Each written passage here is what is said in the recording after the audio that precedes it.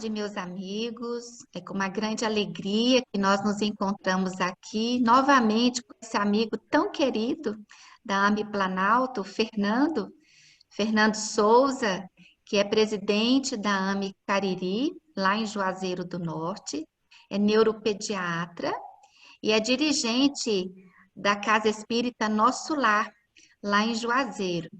E hoje nós vamos trazer tema muito importante para muitas famílias, porque quando nós estamos falando em distúrbios da autoimagem, nós estamos falando de bulimia, anorexia e vigorexia.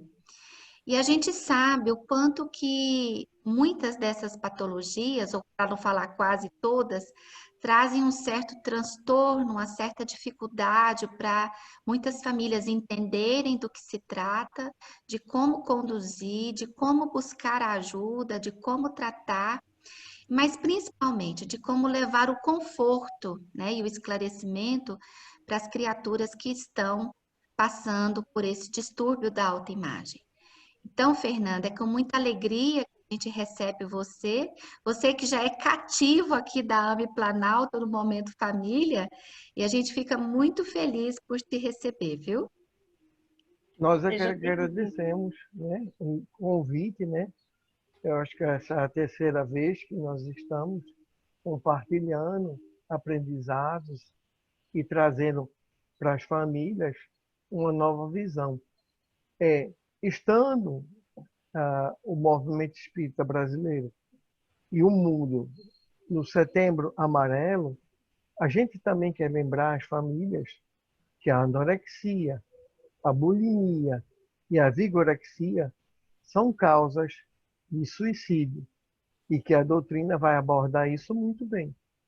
E a gente está vendo uma multidão de criaturas se evadindo da vida por alguns caminhos totalmente errôneos que têm levado a elas ao engano perceptual e visual do seu eu, né? Do seu autorretrato. Nós poderíamos e pediríamos a quiescência dos nossos amigos que nos veem neste momento em permitir que dividamos a nossa fala em dois momentos. O primeiro momento, acadêmico, científico, sem deixar de sabermos que a doutrina também é ciência, mas para que se possa entender os fenômenos dismórficos da autoimagem corporal, é preciso ir buscar na fonte que nos contempla com essas capacidades. Então, a gente vai se basear numa frase para introdução muito antiga, não menos de Sócrates, quando ele diz assim: chamo homem vicioso a esse amante vulgar, que ama mais o corpo do que a alma. Com isso, Sócrates já diz tudo, porque a gente vai mostrar que o bulêmico, o anorético ou vigorético, ele ama o corpo e se esquece de que não é o corpo, né? Mas a gente vai, no aprofundamento das questões, chegar a introduzir a doutrina e demonstrar aos senhores que ela consegue explicar todo o fenômeno. Os chamados distúrbios dismórficos corporais correspondem a um transtorno grave da esfera alimentar. E eles estão divididos em, como já se disse, bulimia, anorexia nervosas e vigorexia. Estes transtornos também ainda cabem espaço para os transtornos de muitas cirurgias plásticas repetitivas, com implantes desnecessários de silicone, seja seio, seja quadris, seja panturrilha, e sejam cirurgias estéticas como a retirada da última costela, levantamento desnecessário da face, por aí vai. A anorexia nervosa em si, ela é um transtorno do comportamento alimentar, se caracteriza por uma dieta restritiva e autopunitiva. A pessoa se pune em comer simplesmente quase nada, e isso, obviamente, o DSM-5 aborda muito bem. Lembrar que o DSM-5 é o nosso guia que está ligado à Academia Americana de Psiquiatria, e ele dá as normas. No entanto, a gente vai ver que a anorexia ela tem critérios. Ela tem as formas de dois subtipos. O subtipo restritivo, que a gente rotula de F50.1, isso é uma numeração, quando se vai fazer um laudo, e o tipo compulsivo purgativo alimentar, que é o F50.2. Para a gente caracterizar um ser humano como um ser anorético, a gente se baseia no famoso índice de massa corporal.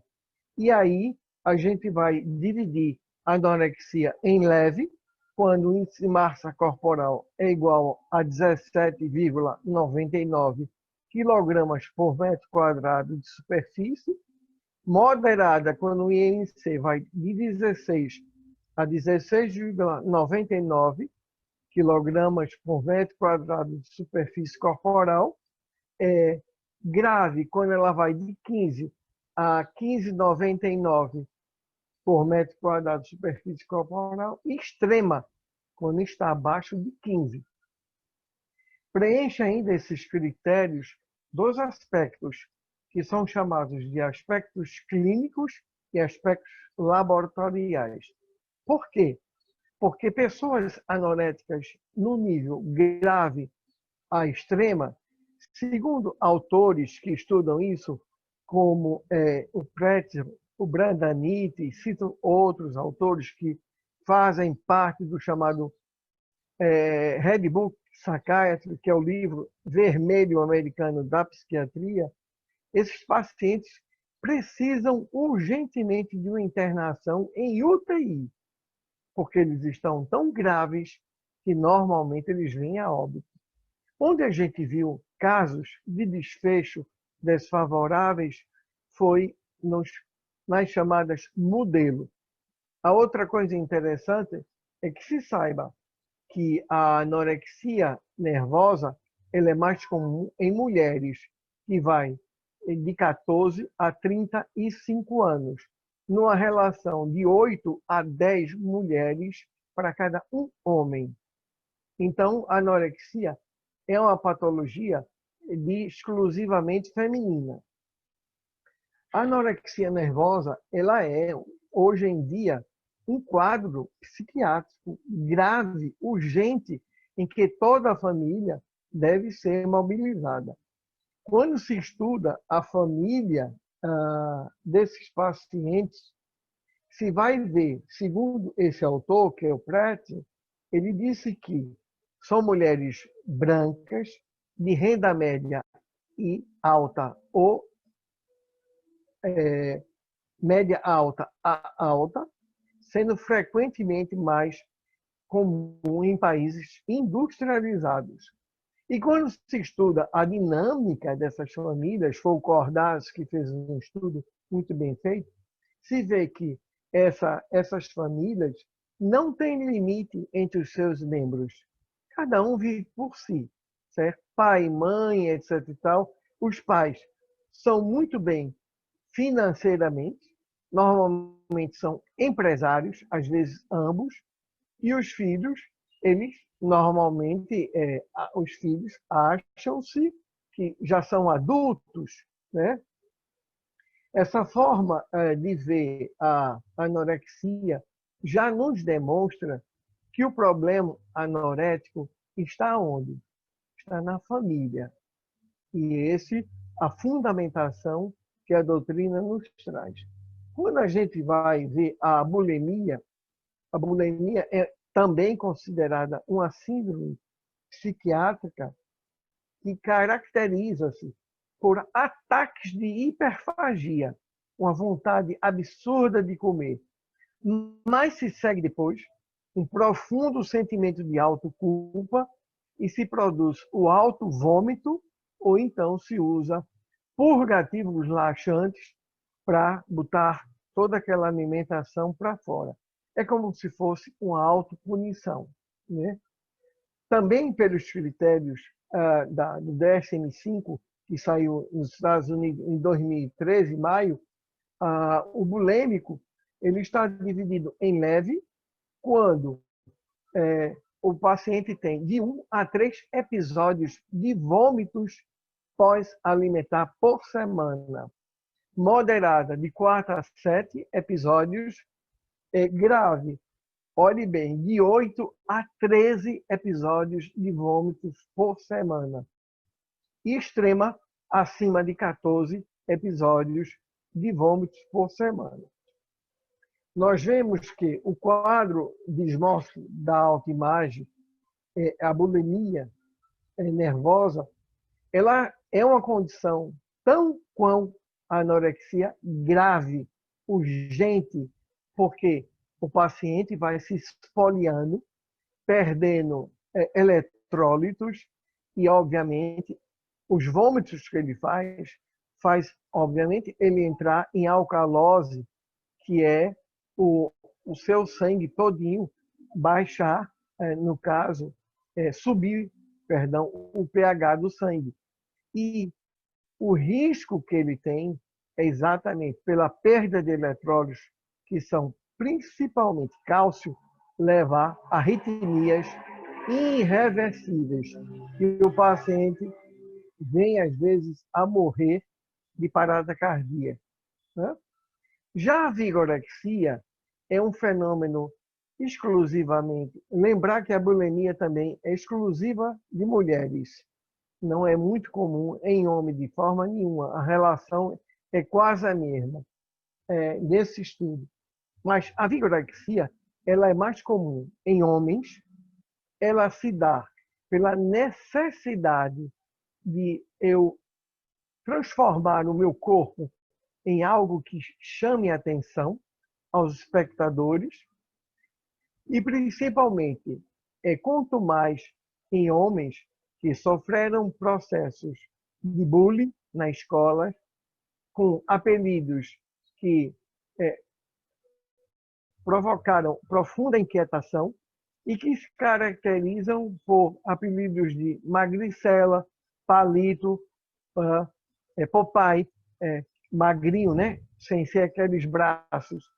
Mas, na verdade, o vigorético vai se transformar na síndrome do Popeye, pós-espinafre, que a gente sabe do desenho que quando ele come o espinafre, ele fica forte.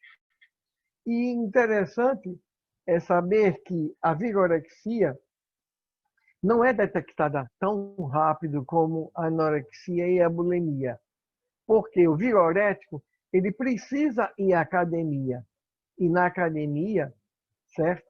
Algumas vezes, um jovem inexperiente é fadado a usar anabolizantes, que são hormônios, inclusive hormônios veterinários, que vão levar ele, normalmente, à destruição tissular muscular, a hepatopatias graves, a doenças renais graves, a hipertensão arterial sistêmica, acidentes vasculares cerebrais do tipo hemorrágico intensos e normalmente vêm a óbito.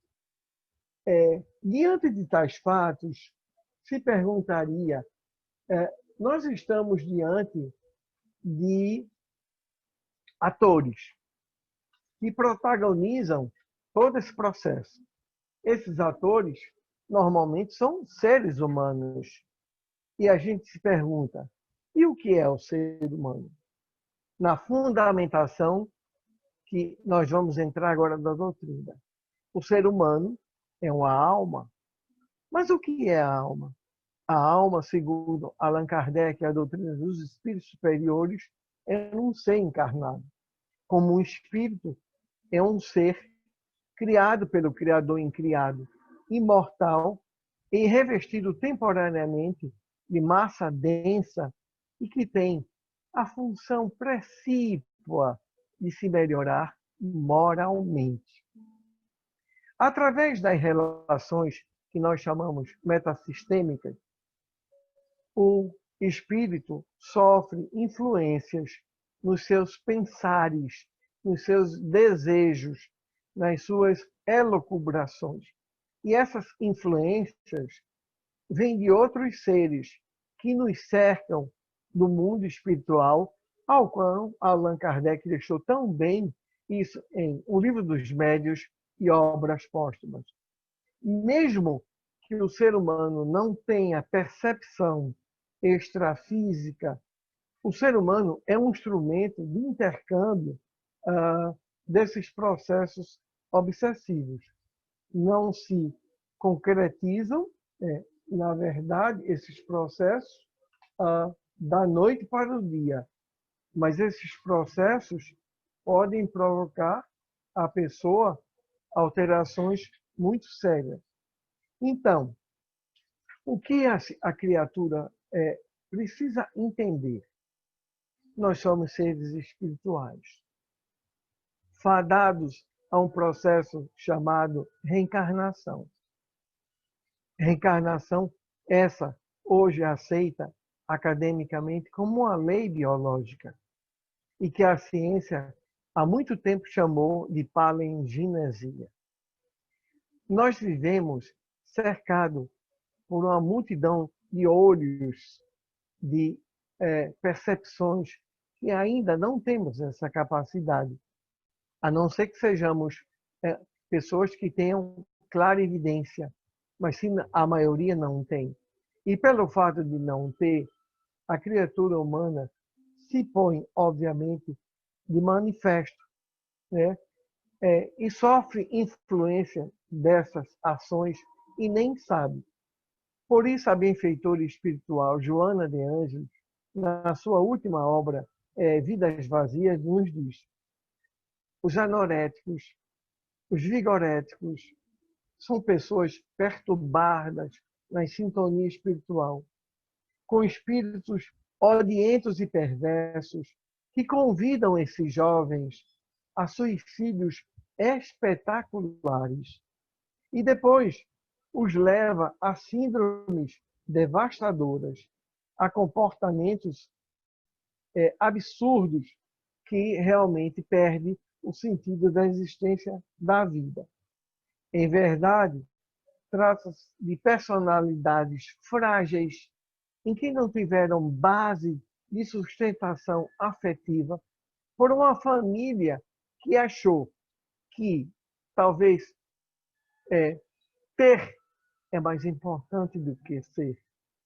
Ter sucesso na profissão do pai, ter sucesso na profissão da mãe, isso faz com que afastemos-nos dos filhos nos momentos mais necessitados da fundamentação, da estabilização da sua personalidade. E esses seres humanos ficam frágeis afetivamente. Eles, às vezes, não têm nem com quem conversar pelo fato de serem filhos únicos, e eles buscam, através da modulação do seu corpo, em uma frase espúria de uma colega de classe que diz: você está muito gorda, você precisa emagrecer. A partir daí, a jovem, essa mente, começa a sintonizar aquilo que Filomeno de Miranda chama em loucura e obsessão, e que ele aborda muito bem na obra Reencontro com a Vida, porque essas pessoas entram em sintonias com hipnotizadores do plano espiritual, que extremamente vingativos, e vão introduzindo essas ideias, e a pessoa vai, obviamente, absorvendo esses conteúdos. E esses conteúdos vão fazendo-a vomitar. Não só pessoalmente, como trabalhador espírita e como admirador dessa doutrina maravilhosa que explicita, eu não creio que o fenômeno de autoimagem e aspectos disfórmicos em qualquer pessoa, quando chega a nível de uma gravidade, não existe aí um fenômeno obsessivo, hipnotizante grave. É impossível, porque, inclusive como médico, já tratei adolescentes com perda de 25% ou mais do peso, e eu perguntar uma frase que eu guardo de uma jovem de 14 anos, e eu disse: quando você vai tomar banho, que você se despe, que você se enxuga, que você já vai vestir as suas roupas íntimas e que você se olha no espelho, como você se vê? Ela disse: extremamente feia e magra. E a jovem já tinha perdido mais de 25% da massa corporal. Eu não acredito que uma pessoa de sã consciência não consiga, no alto espelho da vida, enxergar-se e ver: eu não estou bem, eu estou emagrecendo, eu estou morrendo aos poucos, mas essa imagem é totalmente desvirtuada. E diante disso, numa obra excelente da Associação de Trabalhadores de Espírito, da Federação do Espírito Santo, chamada Juventude Interrompida, há dois relatos. O relato da Ana Júlia e o relato do jovem Marcelo, que diz assim: a Ana Júlia, a bulimia da qual fui vítima, apesar de hoje eu saber que fui vítima de mim mesmo, danificou severamente o meu perispírito. Isso é que Ana Júlia já foi evocada por esse grupo de trabalho e escreveu, que faz parte do capítulo do livro, a situação em que se encontra. Mas ela descreve que Deus é tão maravilhoso, que Jesus é tão misericordioso, que ela vai ter uma nova chance de voltar.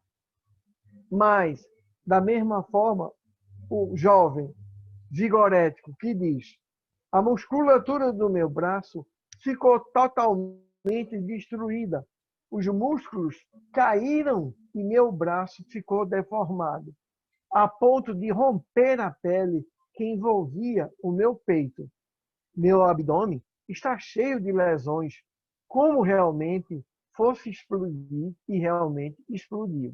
E ele veio a falecer. Então, isso é o relato do jovem Vigorete e da Ana Júlia, que sofre de bulimia, mostrando que ambos não morreram. Porque é isso que a doutrina vem nos trazer.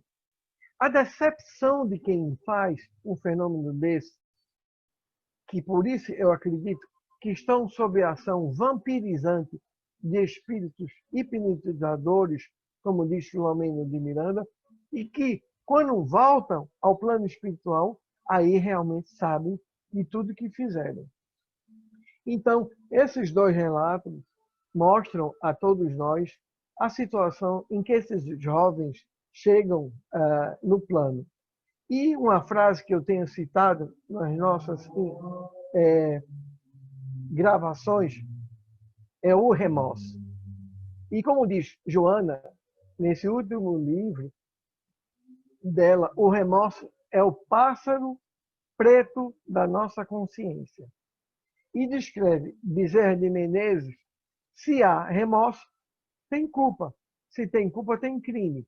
Se tem crime, eu feri a lei de Deus. E isso retorna sobre mim. E se eu tenho remorso com culpa, eu vou imprimir a matriz do campo espiritual, o meu erro cometido.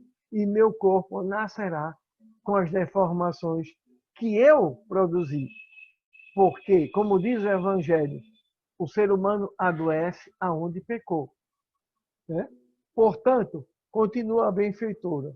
Os filhos, esse patrimônio superior que a divindade concede por empréstimo, através dos liames de consanguinidade, ensejam e facultam o reajustamento emocional de espíritos antipáticos entre si, que merecem de nós, pais, todo investimento do nosso amor, toda a nossa vigilância, todo o nosso sacrifício.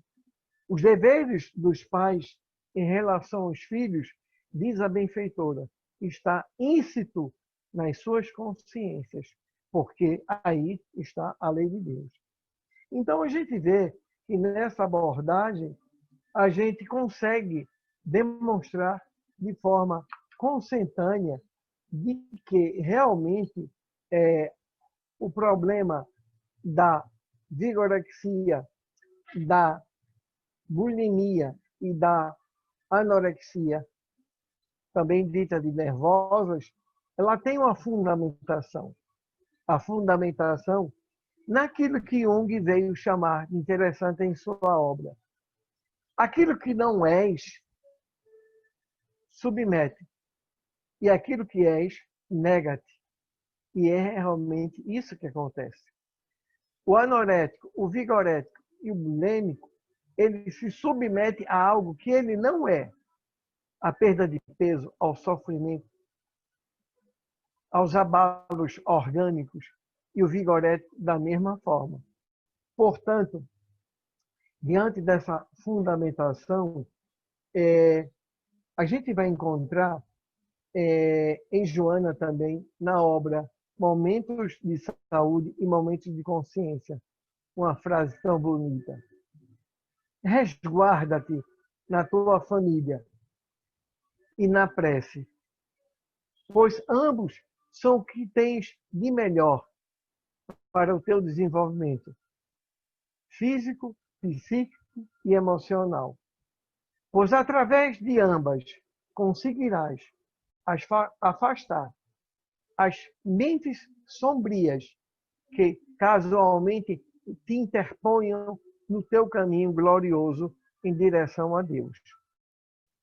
Então, a gente vê que, através da prece, aquilo que Joana vem chamar de o sentimento mais e a posição mais gloriosa da criatura, que busca o Criador através de um fulcro energético e se põe em contato com ele, né? Entre espírito e Criador. E vai aí buscar as augustas paragens para suportar com calma e resignação as aflições que lhe acolhem. A vigorexia, a anorexia e a bulimia são frutos do enfermiço em que se encontra a família no mundo. A família continuará a ser a escola das nossas vidas, como diz Emmanuel nas questões 108, 109, 110 da obra O Consolador. Porque a família educa e a escola apenas transforma o homem. Então, seriam essas as nossas considerações. Obrigada, doutor Fernando. Foi ótimo escutar o senhor falando. E quando o senhor falava, eu ficava aqui pensando, afinal, nós estamos no momento família, então nada mais importante do que realmente conscientizarmos as famílias da importância da observação, né? Porque em muitos relatos o que a gente escuta é a demora. É isso mesmo, doutor Fernando, demora-se muito a perceber, às vezes, dentro do ambiente familiar, que nós temos principalmente adolescentes, né, as meninas nessa busca por esses padrões de beleza que são colocados, né, a todo momento para nós, assim, seja nas revistas, na TV, em todo lugar, né? E sempre querendo idealizar aquilo. Então, a gente vê principalmente as meninas, né? Muito voltadas nisso, e como os pais demoram para perceber. Somente quando começa a adoecer mesmo é que acontece, é isso mesmo? É isso. Eu trouxe esse assunto à baila e realmente tinha solicitado a Márcia na última gravação que nós fizemos, em função de que me chegou na Casa Espírita via remota, por WhatsApp, que a gente não está com a casa aberta, de uma mãe que veio me dizer que a filha já tinha perdido 10 quilos. Eu disse, como? Não, doutor, ela não quer comer, não. Eu digo, já viu algum episódio de vômito? Não, mas ela disse que tem vergonha do corpo. Mas, doutor, ela está ficando muito magra. Eu não tive outra. Eu tenho o grupo da mediúnica da casa, eu consigo deslocar o grupo da mediúnica através de reuniões virtuais e a gente pede a 1 a 2 médios que têm essa capacidade de deslocamento através da projeção extrasensorial em visitar. Naquilo que Geider, no livro dele, chama 25 anos de desobsessão da AME Minas Gerais. A nossa irmã médium foi até a casa. Ela encontrou um emaranhado no quarto da jovem. Existia teia de aranhas por todo canto, mas teias de aranha no plano espiritual. E ela encontrou uma figura de rosto sinistro, olhou para ela, identificou-a, e ela disse que mentalmente ele disse: deixa ela aqui comigo que a gente está cuidando dela.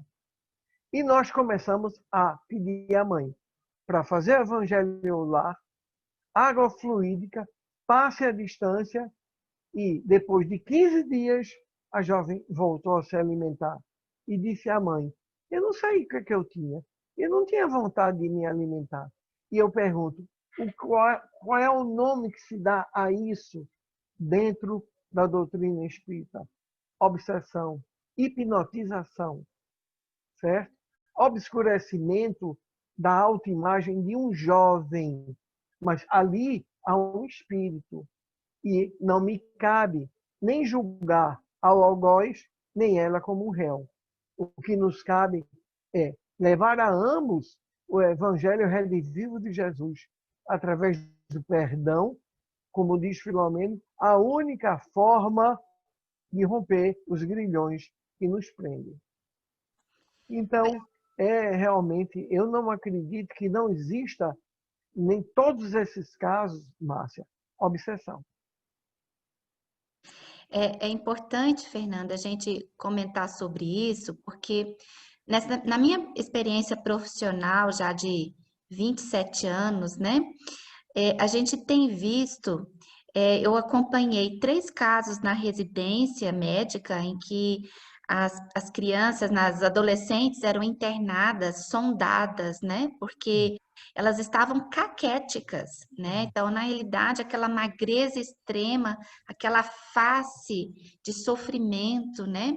E aqui em Brasília também nós tivemos 2 casos de bulimia e um de anorexia, caminhando já para essas questões da perda de peso importante.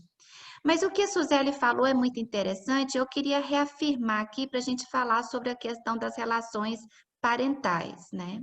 Então, você tem uma distorção da imagem, muitas vezes vinculado com o processo obsessivo, mas o quanto, Fernando, e eu gostaria aí que você comentasse com os nossos amigos que estão nos assistindo, o quanto essas relações parentais permissivas, negligentes, autoritárias, elas, quando não diagnosticadas, o quanto que elas interferem nesse perfil psíquico da criança e do adolescente, né, Fernanda? Perfeito. A gente sabe que a dinâmica familiar, nos primeiros até 14 anos de idade, quando ocorre o fenômeno da cisão, ou seja, há um rito de passagem muito bem estudado pela Melanie Klein, né, que foi a sucessora de Anna Freud, né, na psiquiatria infantil e na psicanálise infantil. Há um rito de passagem dos 14 em diante. Eu destituo os meus pais como os meus heróis. E eu vou em busca de novos heróis. E vou às ruas, vou às escolas, aos cinemas, às boates, às baladas, né? No caso, aos pais até os 14 anos, a criança passa por etapas de desenvolvimento neuropsíquico que são fundamentais e importantes. Interessante é saber-se que o diálogo fraterno em casa parece que caiu de moda. Eu não sei o que o meu filho está fazendo, com quem está, que horas vem para casa, aonde está, nada. O que interessa é que ele venha para casa que ele tire boas notas e que ele diga assim: eu vou ser engenheiro igual a papai, eu vou ser médico igual a papai, eu vou ser empresário igual a papai. É isso? Não é isso. A criança, se ela não desenvolve a afetividade e ela não consegue resolver pequenos estresses que ocorrem na sua vida, ela não tem capacidade de desenvolver saídas. E outra coisa, ela às vezes se fecha dentro dela mesma. Exemplo, se uma criança procura o pai, ele diz: não, daqui a pouco a gente fala, deixa eu terminar de assistir esse filme, o jornal, fulano está ligando para mim, eu agora estou fazendo isso. Não. Você para tudo que estiver fazendo e vai ouvir o seu filho. Né? Eu acho que nós nunca ficamos tão longe das famílias representativas por esposa, esposo, filhos, como estamos agora. Primeiro, a prole diminui. No mundo inteiro, é 1 e 2 filhos. Não é mais do que isso. Segundo, o filho, às vezes, ele tem uma irmã. Algumas coisas no plano masculino, ele se envergonha de conversar com a irmã, muito mais com o pai, que ele vê apenas como alguém que está ali e que é o mantenedor da casa, e dá a ele roupa, comida. Né? Recentemente, eu recebi um post que dizia assim, a criança dizia, o pai disse: eu ouvi dizer que um colega seu ligou para mim e disse que você estava muito esquisito na escola, lá pelo canto, lá as últimas cadeiras, não queria falar mais com ninguém. O que é que está havendo com você? Veja onde você mora. Olha o nosso apartamento. Veja o tênis que você usa. E o computador e o celular que você tem. Você não tem tudo? O menino continuou calado. Porque ele não tem nada. Na verdade, ele não tem nada. Ele tem um mantenedor que dá a ele TI, tecnologias de informática e outras benesses, mas que não acaricia o seu ego, não ajuda a formação do seu ego. Esse vai ser um jovem frágil, que não vai aguentar um bullying, que não vai aguentar. E ele é, obviamente, um candidato a candidatar-se a suicídio, porque ele não encontra na família o amparo que ele necessita. E assim, da mesmo jeito, vai a mãe. Então, há um trabalho de um pedagogo, que é a tese dele de mestrado, daqui da Universidade de Fortaleza, a Unifor, que ele provou que o erro da sociedade foi, na virada do século XIX para XX, a gente entregou os filhos à igreja e à escola. Acontece que a igreja, sem obviamente o querer, é feita por homens que podem falhar. E falharam com erros do tipo a pedofilia, que tanto fez jovens sofrerem.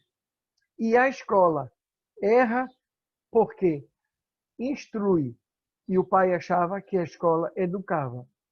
A educação, volto a dizer, é primária, é primeva do lar. É no lar que eu aprendo o que é bom, o que me serve e o que eu não devo fazer. Diz o Evangelho, por Santo Agostinho, cabe aos pais, ao ver uma criancinha desde pequena, ver nela os seus defeitos de orgulho, vaidade e egoísmo. Nunca se viu uma sociedade tão egoísta. Por isso que nós chegamos a esse plano de pandemia. Por causa do egoísmo. Eu não me preocupo com o outro. Eu me preocupo com os meus e dentro do meu lar. Me fecho entre 4 paredes, subo o meu muro para 4 metros, boto câmaras e boto cerca elétrica. O resto exploda. Junto de mim tem uma favela. mas não me interessa. Até o dia em que o favelado arromba a minha casa e entra e pode até tirar a vida. Aí eu vou me preocupar com ele, mas no sentido de exterminar ele, outro filho de Deus. Não somos sociedade, diz Kardec, porque é uma sociedade dita plenamente, segundo Rousseau, segundo Pestalozzi e o próprio Kardec, não tem pedintes. Porque o que está acima ajuda o que está abaixo. Né? Isso lembra muito, né, Fernando, aquele capítulo de Kardec, igualdade, fraternidade, né? E na realidade a gente fica pensando o quanto que o desnível de preocupação com o próximo, parece que o evangelho nem passou por nós, né? A sociedade.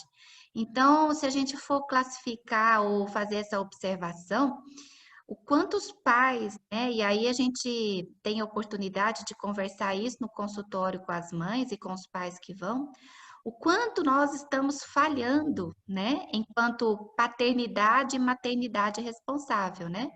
Porque na realidade nós estamos criando criaturas voltadas para o exterior, né? Para ter o dele, para ser melhor, competitividade. E isso realmente atrapalha muito a educação do espírito, né, Fernando? Demais. Nós estamos criando uma sociedade de consumo, onde esse modelo que está aí, para nós que somos médicos e espíritas convictos, é um modelo esgotado. O modelo materialista, reducionista, oportunista, ele já se extinguiu por ele mesmo. Né? Quando você falou em fraternidade e igualdade, o Kardec foi buscar isso em Rousseau, no discurso de Rousseau e na escrita de Rousseau. Seremos fraternos iguais e chegaremos a nos amar, né? Quando a gente vê realmente o forte levantar o fraco. E essa é a nossa obrigação. E a família é a primeira célula máter da sociedade, como diz a benfeitora Joana em SOS Família. É da família que tudo vem e tudo volta. É para a família que nós voltamos. Ninguém vai nascer sem ter uma família. Que nesses atuais modelos de família, que são, obviamente, todos aceitos por uma sociedade justa, e a gente está aqui não para combater, mas aceitar, o que principia em todos esses processos é o amor. Não interessa se são dois homens que criam uma criança, duas mulheres que criam uma criança, mas que exista amor, porque o amor é a caridade em ação. Sem isso, não há perspectiva para a sociedade. Teremos falido novamente, nós que somos capelinos, teremos falido. Verdade, Fernando. Suzele? Não, perfeito, né? Nós lembrarmos realmente da importância da família frente à criação, né, dos nossos pequeninos, dos nossos adolescentes, porque de fato o que não for trazido dentro de casa, ele vai ter que aprender as duras penas lá fora, né? Aprender se não tiver a maturidade, a independência, a autonomia. Eu queria tocar num assunto, doutor Fernando, em relação a esses transtornos dismórficos, né, corporal, da imagem, quais os aspectos, então, espíritas que estão envolvidos nisso? O senhor já falou das influências obsessoras, né? Mas nós temos também relação com as vidas passadas, essa questão da plasticidade do espírito, né? Fazendo com que o pensamento possa moldar essa imagem, né? A Suzele captou minha pergunta, viu, Fernando? Vou brigar com ela. Certo. Como nos diz o espírito Filomeno de Miranda, nas obras que ele aborda, principalmente Reencontro com a Vida, ele relata que esses fenômenos de hipnose obsessiva obviamente, não se faz da noite para o dia.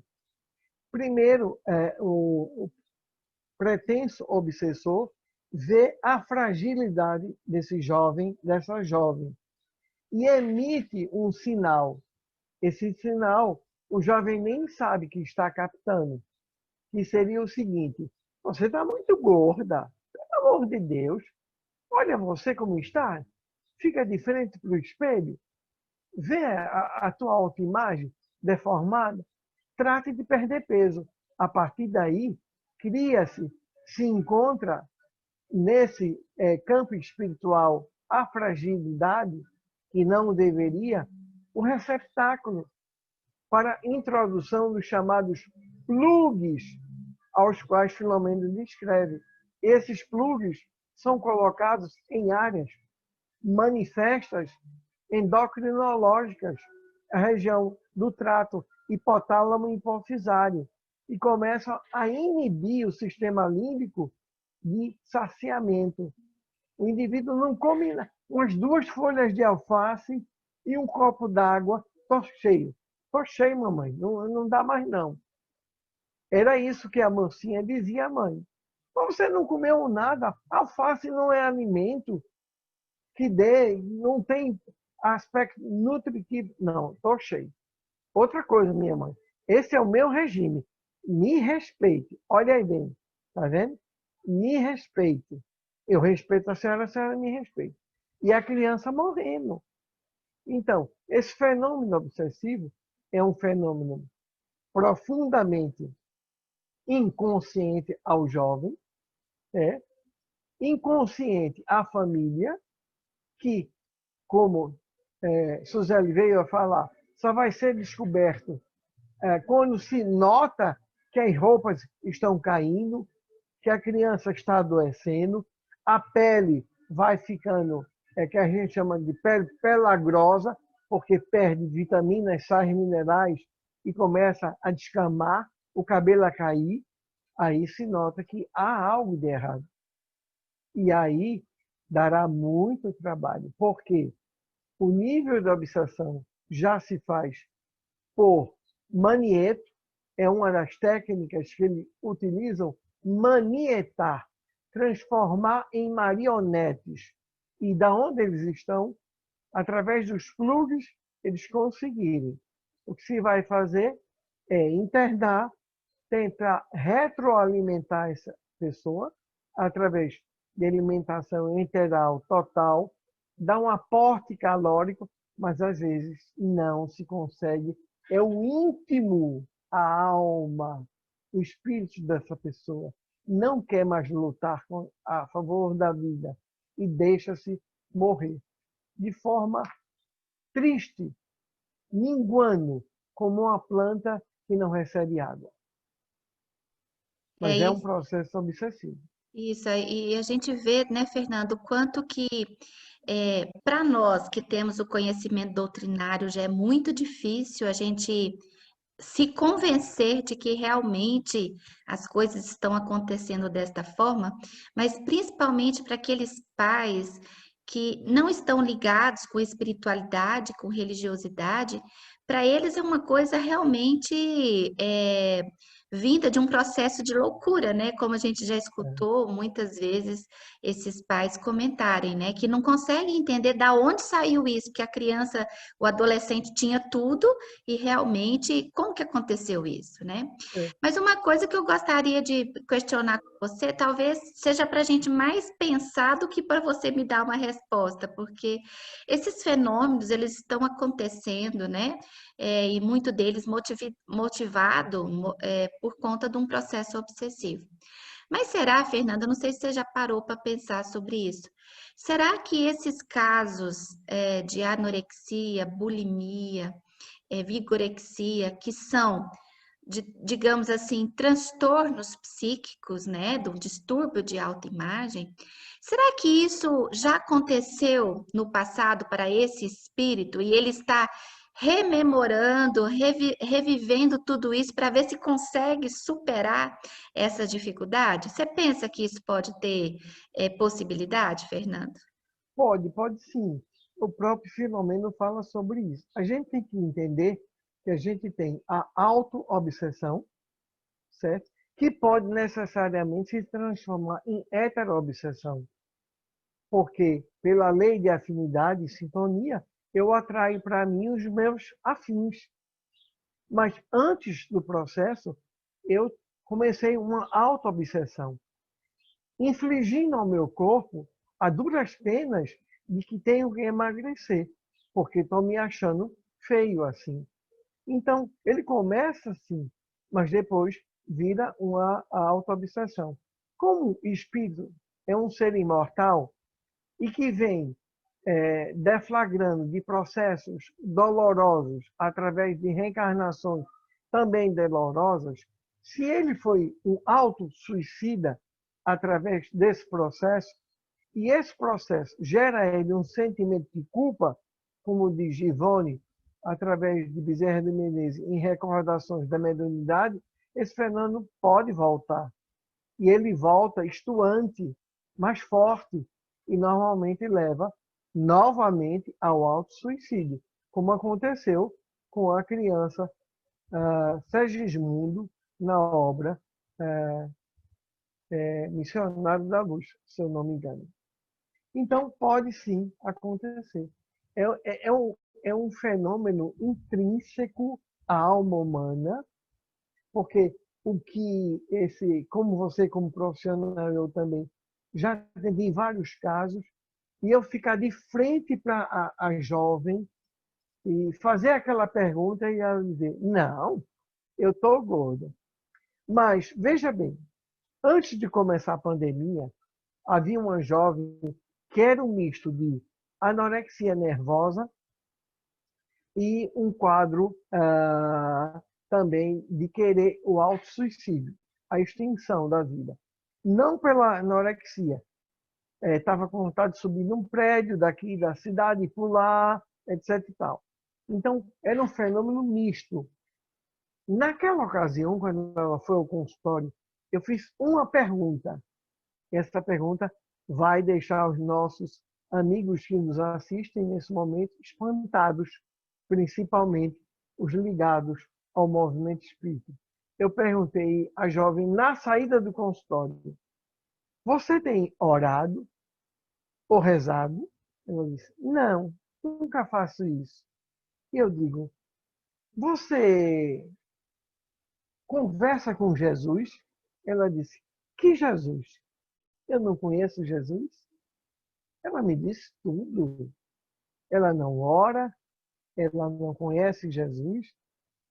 Aí a mãe olhou para mim, aí eu, naquele momento, sem um sentimento de censura ou culpa, mas recai sobre quem essa situação?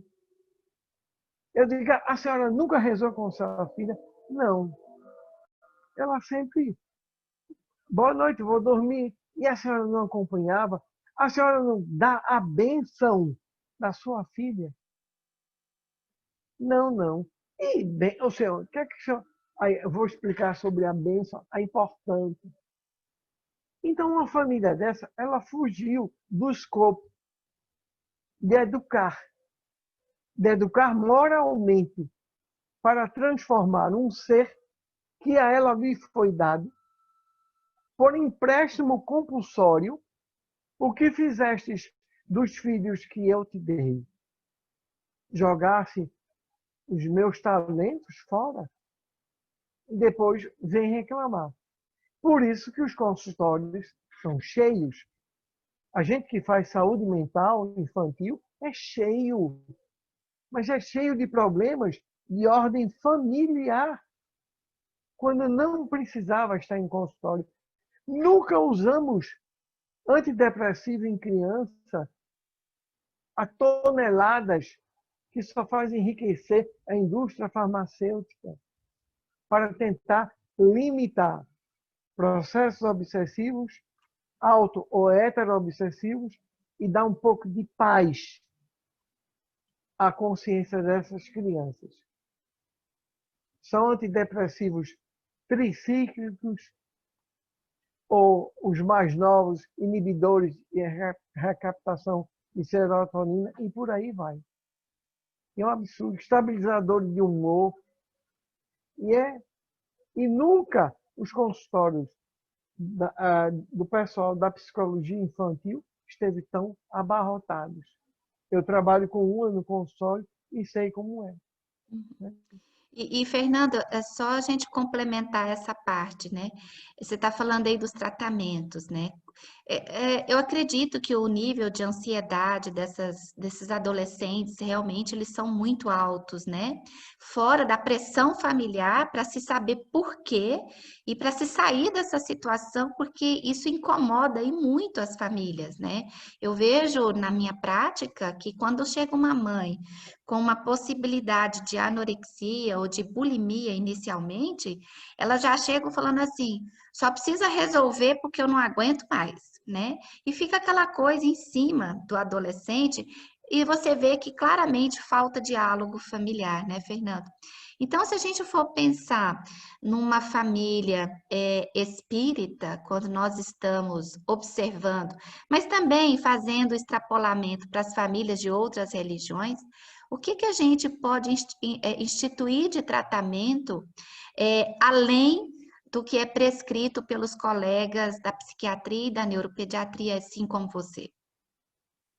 Eu acho que, assim, em termos gerais, aquelas simples observações que eu recebi dos meus pais, né? Fui criado em Recife, menino de praia, né? Porque, como se diz, o jardim da minha casa era o Oceano Atlântico. Quando a gente abria, estava no oceano. Mas com quem você está, o que você está fazendo, você tem hora para voltar, já fez seus estudos, traga o seu caderno, que dê suas notas. Isso foi sempre importante, né? E as rodas de conversas familiares são muito importantes. Isso deixou de existir, né? Eu conto sempre em palestras a história de um casal que tem 2 filhos, é a Paula e a Júlia, né? E numa sexta-feira o pai diz assim, cadê Paulo? Não, Paulinho foi dormir na casa do amiguinho porque tem um jogo novo, o combate. Vai dormir lá. Só vem no domingo de noite. E Júlia? Júlia já é universitária, tem 18 anos. Não, Júlia tem uma prova e vai também dormir na casa da colega, só vem segunda à noite, após a prova à tarde. Aí ele disse à esposa, então só tem eu e você em casa. A esposa diz, não, só tem você, porque eu vou sair para um chá com as amigas. Fica aí assistindo televisão.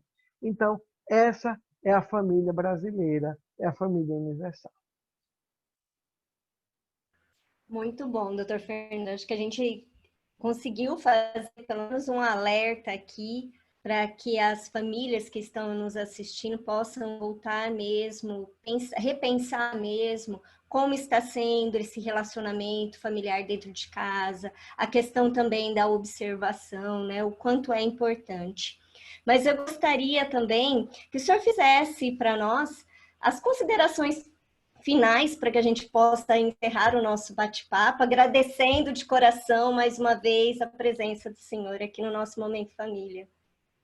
Nós é que agradecemos muito estar com vocês, trocando ideias e compartilhando ideais, que é o ideal espírita da família, essa célula máter, que é a principal fonte organizadora e fulcro energético da qual o Pai Criador, incriado, dá a nós através de nós que viemos de nossos pais e dos nossos filhos. Eu terminaria dizendo o seguinte, a observância do princípio moral que devemos ter a um pai e uma mãe nos traz a ideia do cancioneiro da cidade de Caruaru, que é a cidade mais importante, saindo de Recife. Depois você tem outras como Petrolina. Mas essa música eu tenho na cabeça desde a infância. Porque quando eu olho ela, eu lembro da minha mãe. E, obviamente, lembro da figura de Jesus. E ela diz assim: é tarde, já vou indo e preciso ir embora. Até amanhã. Mamãe disse, quando eu saísse, meu filho não demore em Jaçanã. Se eu demora, mamãezinha está a me esperar e talvez a me castigar. Tá doido, moço? Não faça isso não. Eu vou me embora, vou sem medo. Eu vou nessa escuridão, porque quem andar com Jesus Cristo no seu coração, e eu ando com Jesus Cristo no meu coração. Tá doido, moço? Não faça isso não. Vou-me embora, vou sem medo nessa escuridão. Quem tem Jesus Cristo não tem medo de assombração. Eu ando com Jesus Cristo no meu coração. Jesus teve infância, foi menino.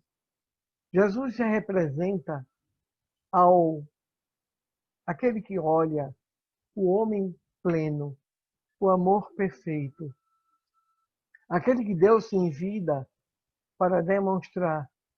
E quando ele, na obra de Neo e Lúcio, Jesus no lar, abre o rolo de pergaminho e diz a Pedro: hoje nessa casa se fez o evangelho. Tiras um dia para falar de mim, porque nesta casa eu entrei. Quando o pintor americano pintou uma porta sem o trinco e colocou a sua pintura na exposição, um crítico de arte disse: essa obra não vai vender. Não tem nem trinco para se entrar na porta. Que obra é essa? Na porta tinha Jesus batendo. E o crítico de arte procurou o pintor e ele disse: mas essa porta só se abre por dentro. Jesus bate em nossas portas, literalmente, através da sua potestade. Nós é que devemos entrar. Jesus nunca entrou em nossas vidas sem nos perguntar: o que queres que eu te faça? Acreditas que eu posso te curar? Apenas um das curas de Jesus, descritas por Mateus, Marcos, Lucas, né, em João, não foi Jesus ao perguntar. Foi a mulher hemorraísa que tinha fé e disse, ao sair de casa: se eu tocar nas vestes dele, eu me curarei. E ela curou-se. Mas os outros pediram. E ele perguntou: acreditas que eu posso te curar? Pode. Tenhamos Jesus. Seria o final que eu diria aos jovens. Busque Jesus dentro de si. Não existe nenhum empecilho em você dizer: eu amo Jesus, que eu estou com Jesus. Jesus está no meu coração. Como diz a nossa irmã Sueli Caldas Schubert, né?